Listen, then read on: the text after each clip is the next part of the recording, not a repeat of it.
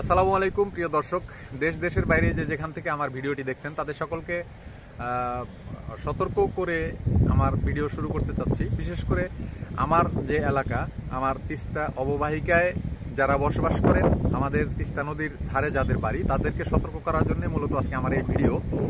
দর্শক, আপনারা নিশ্চয়ই এতক্ষণে জানেন যে ইন্ডিয়ার যে সিকিম আছে, ভারতের সিকিমের একটা লেকের বাঁধ ভেঙে সেই পানি প্রচুর রকমের বন্যা রূপে আপনার গজলডোবা যে ব্যারেজটি রয়েছে সেখানে অনেক ধাক্কা দিয়েছে আর কি পানি।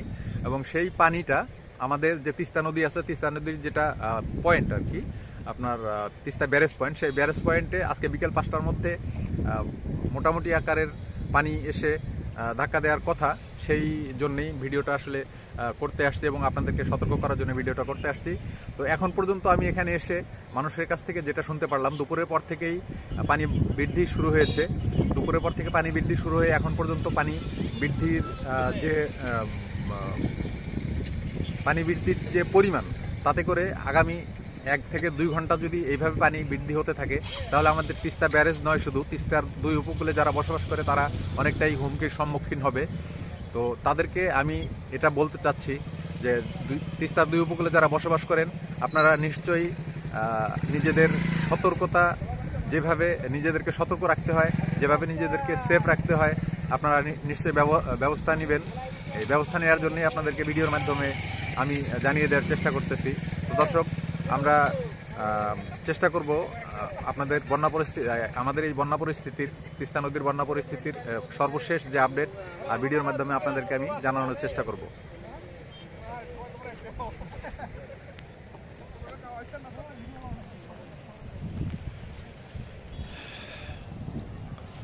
বন্যা পরিস্থিতি জানানোর জন্যে পানি বৃদ্ধির পরিমাণটা একটু বেশি। আমি যখন প্রথমে আসলাম আর কি, তখন যতখানি ছিল তার থেকে অনেকখানি বেড়ে গেছে। অলরেডি আমাদের এই এলাকাতে মাইকিং করা হয়েছে, মাইকিং করে সতর্ক করা হয়েছে এবং বিগত বছরগুলোতে যেই পরিমাণে বা যেভাবে বন্যা হয়েছিল তার থেকে অনেক বেশি ভয়ানক রূপ নেবে যদি ভারতের যে সামাজিক যোগাযোগ মাধ্যমগুলো তারা যেভাবে বরাত দিয়েছে, তারা যেভাবে বর্ণনা করেছেন, সেই অনুযায়ী যদি বন্যার পানিটা এদিকে চলে আসে, তাহলে বিগত বছরগুলো যেভাবে বন্যা হয়েছিল তার থেকে অনেক খারাপ অবস্থা এইখানটাতে হবে এই আশঙ্কাই করছি। এবং এখানকার যারা পানি উন্নয়ন বোর্ডের কর্মকর্তা কর্মচারী রয়েছেন, তারা মাইকিং করেছেন, মাইকিং করে যেভাবে বলেছেন, সেই অনুযায়ী আমরা যদি বলতে যাই তাহলে এটাই আসে যে বিগত বছরগুলোতে যেভাবে বন্যা হয়েছিল তার থেকে অনেক ভয়াবহ রূপ নিবে।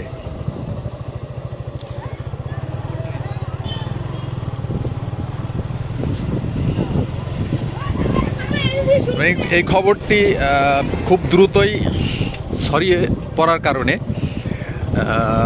অনেক লোকজন এখানে জমায়েত হচ্ছে দেখার জন্যে, উৎসুক জনতা ভিড় জমাচ্ছে দেখানোর জন্যে। অপরপক্ষে আমাদের পার্শ্ববর্তী জেলা লালমনিরহাট, সেই লালমনিরহাট জেলার হাতীবান্ধা এবং পাটগ্রাম এই আসনের যিনি এমপি মহোদয়, মাননীয় এমপি মহোদয় মোতাহার হোসেন, উনিও এখানে এসেছেন। উনি এখানকার খোঁজ খবর নিচ্ছেন সবসময়।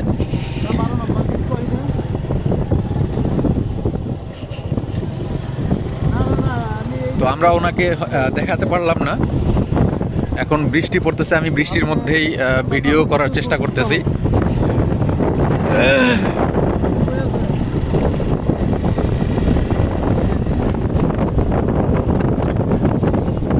তো সর্বশেষ যে আপডেট হতে পারে আর কি, সেই আপডেটটা জানতে গেলে আমাদেরকে অপেক্ষা করতে হবে। সর্বশেষ আপডেট আসলে আমরা আদৌ জানাতে পারবো কিনা জানি না, কারণ এতক্ষণ আমরা ভিডিও করতেছিলাম, ঠিক আছে, কিন্তু বৃষ্টি পড়তেছে, সেই সাথে মাগরিবের নামাজেরও সময় হয়ে আসতেছে। যদি মাগরিবের পরবর্তী সময়ে গিয়ে মূল যে বিষয়, মানে পানির যে মূল অংশটা, যে বেগটা, সেটা যদি মাগরিবের পরে আসে তাহলে তো আমরা আপনাদেরকে ভিডিওতে দেখাতে পারবো না। তো যেটা অনুমান করা যাচ্ছে পানির প্রবাহমান গতি দেখে মনে হয় ভয়াবহ কিছু একটা হতে যাচ্ছে। ভারতের সামাজিক যোগাযোগ মাধ্যমগুলোর যে ভিডিও চিত্র, ভিডিও ফুটেজ আমি সেগুলো দেখেছি। তাদের ভিডিও ফুটেজ অনুযায়ী যদি আমি বিশ্লেষণ করতে যাই তাহলে কথাই বলতে হয় অবশ্যই খুব ভয়াবহ রূপ নিতে পারে। এখানে আমরা লক্ষ্য করব অলরেডি এখানে আমাদের ডিমলা উপজেলা প্রশাসন, হাতীবান্ধা উপজেলা প্রশাসনের পুলিশ সদস্য এবং অন্যান্য প্রশাসনিক যে কর্মকর্তা রয়েছেন তারা অলরেডি এখানে অবস্থান নিয়েছেন। আপনারা এখানে পুলিশের গাড়ি দেখছেন, এটা আমাদের ডিমলা উপজেলার পুলিশের গাড়ি।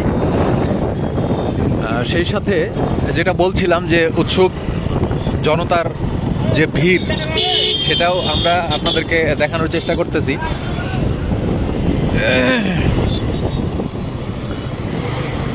আল্লাহর কাছে এটাই কামনা করি, আল্লাহ যেন আপনাদের সকলকে, বিশেষ করে আমাদের এই অঞ্চলে যারা বসবাস করে, তিস্তা নদীর দুই অববাহিকায় যারা বসবাস করে, তাদেরকে আল্লাহ হেফাজত করবেন। নিশ্চয়ই আল্লাহ যেটা করেন সেটা আল্লাহর বান্দার ভালোর জন্য করে থাকেন। তো আমরা চাইবো এই সাময়িক সমস্যা থেকে, এই সাময়িক দুর্যোগ থেকে আল্লাহ যেন আমাদের সকলকে হেফাজত করেন। আমরা ব্যারেজ পয়েন্টের দিকে চলে আসছি। ব্যারেজ পয়েন্টে কি অবস্থা সেটাও আমি আপনাদেরকে দেখাবো।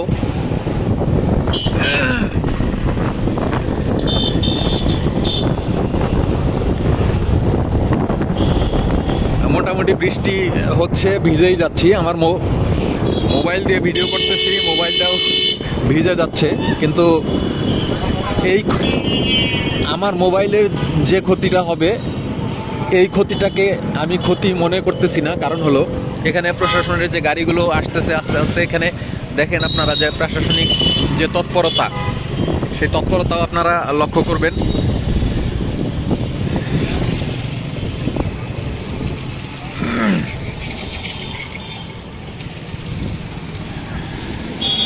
অনেক লোকজনের ভিড় জমে গেছে।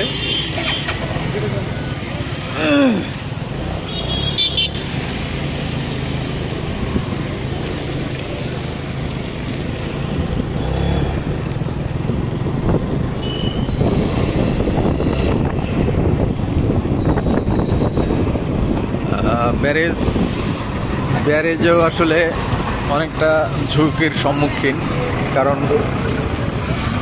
যে পরিমাণ পানির চাপ আস্তে আস্তে বৃদ্ধি পাচ্ছে, এইভাবে যদি বৃদ্ধি পেতে থাকে অবশ্যই তিস্তা ব্যারেজ সহ আশেপাশের উপকূলের যে বাড়িঘর জমি জমা রয়েছে সেগুলো ঝুঁকির সম্মুখীন। আপনাদেরকে অনুরোধ করব, বিশেষ করে আমার ভিডিও যারা দেখছেন, আমার লাইভ যারা দেখছেন, তাদেরকে অনুরোধ করব আপনারা সর্বোচ্চ সতর্ক অবস্থায় থাকবেন। সর্বোচ্চ সতর্ক অবস্থায় না থাকলে ক্ষতির সম্মুখীন হওয়ার সম্ভাবনা আছে। আপনারা দেখতে পাচ্ছেন যে ব্যারেজে পানি বিপদসীমার উপর দিয়ে প্রবাহিত হচ্ছে। বর্তমানে ব্যারেজে পানি বিপদসীমার উপর দিয়ে প্রবাহিত হচ্ছে।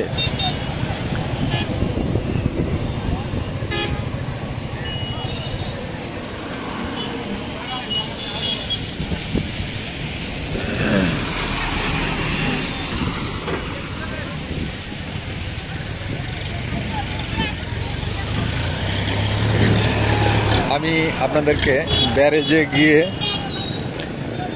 পানির বর্তমান অবস্থা দেখানোর চেষ্টা করব, আপনারা সাথেই থাকুন।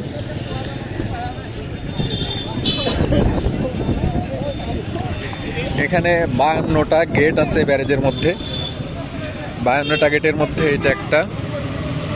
তো গেট, প্রত্যেকটা গেট এভাবে তুলে দেয়া আছে।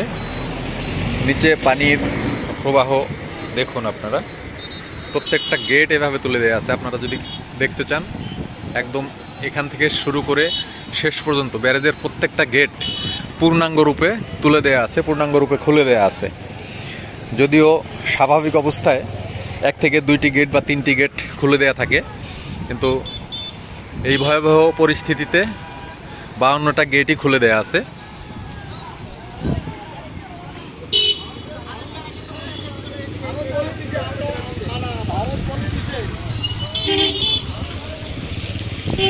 উৎসুক জনতার ভিড় আপনারা দেখছেন, অনেকেই আসছে, ভিডিও করছে।